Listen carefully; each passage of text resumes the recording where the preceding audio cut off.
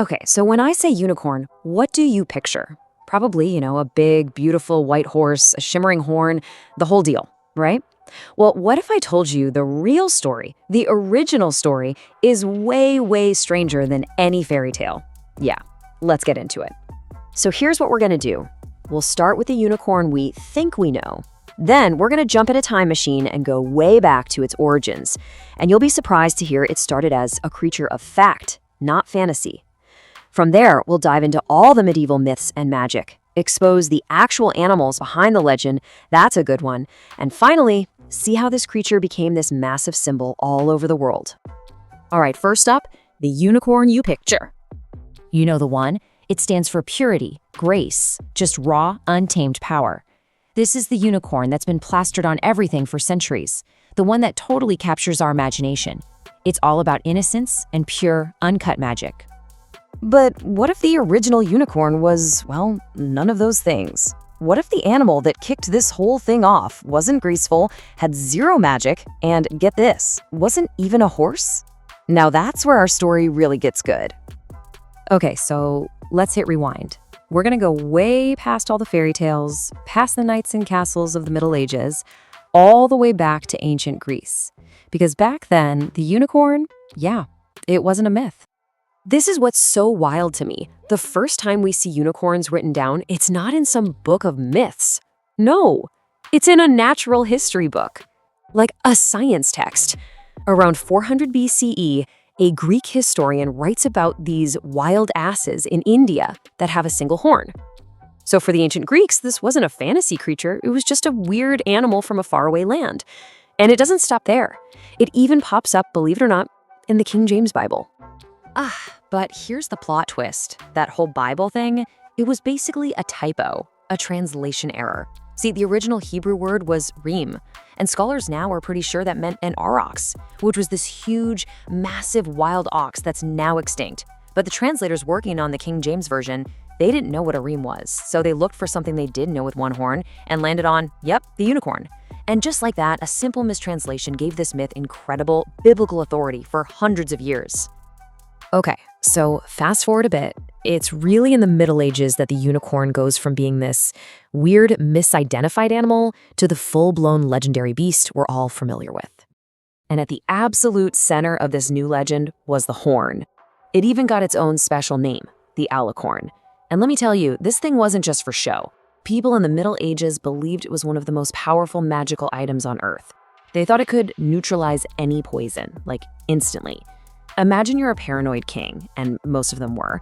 This is the ultimate life insurance policy. A cup carved from an alicorn was literally worth more than a castle. So, of course, everyone wanted an alicorn. But there was a tiny problem. The medieval unicorn was described as this incredibly fierce, totally wild beast. You couldn't just go out and catch one. The folklore, though, had a very specific solution. The only way to capture it was to have a virgin maiden go sit in the forest. The idea was the unicorn would sense her purity, calm down completely, and just lay its head in her lap. It's a pretty wild story, and it also doubled as a very popular religious allegory, for Christ and the Virgin Mary. All right, so if these unicorns weren't actually real, where were people getting all these supposedly magical horns? I mean, somebody was selling them. This is where the story takes a fascinating turn. Think about it. The demand for these things was through the roof. But the supply of actual unicorns was, zero. So where on earth did all these priceless alicorns come from? And here is the incredible answer. Those alicorns, the ones kings and queens were paying a fortune for, they were narwhal tusks. Yep, the tusk of an Arctic whale. You had traders bringing these long, spiral tusks down from the freezing north and selling them as the real deal. It was one of the greatest marketing scams in history, all built on a case of mistaken identity. But the narwhal isn't the only animal that got mixed up in this. Get this, the famous explorer Marco Polo, was super excited to write that he had actually seen unicorns in Asia with his own 2 eyes. But let's just say he wasn't exactly impressed. I mean, can you just picture his face? He's expecting this graceful, magical white horse, and what he sees is a rhinoceros. His travelogue is just a perfect example of what we call confirmation bias. He had this legend in his head, and he was trying so hard to make this new ugly brute he saw fit the story, even while he's writing, hey, this looks nothing like the stories. So, okay, let's recap.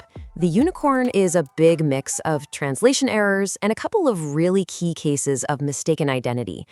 But that didn't matter one bit. It didn't stop the idea of the unicorn from becoming this incredibly powerful symbol, not just in Europe, but all over the planet. And what's really cool is seeing how different cultures have their own version of a single horned creature. Take China, for example. They have the qilin. Now, it doesn't look much like the Western unicorn. It's more of a mashup of different animals. And what it stands for is different too. The Western unicorn is all about purity and innocence, right? The qilin, on the other hand, is a huge symbol of good luck and prosperity. But if we head back over to Europe, one country really, really loved the unicorn. So much so that in the 15th century, Scotland officially made the unicorn its national animal. No joke. So why a unicorn? Well, it stood for purity, sure, but more importantly, it stood for wild, untamable power. What a perfect symbol for a fierce, independent nation, right? And here's a little detail I love.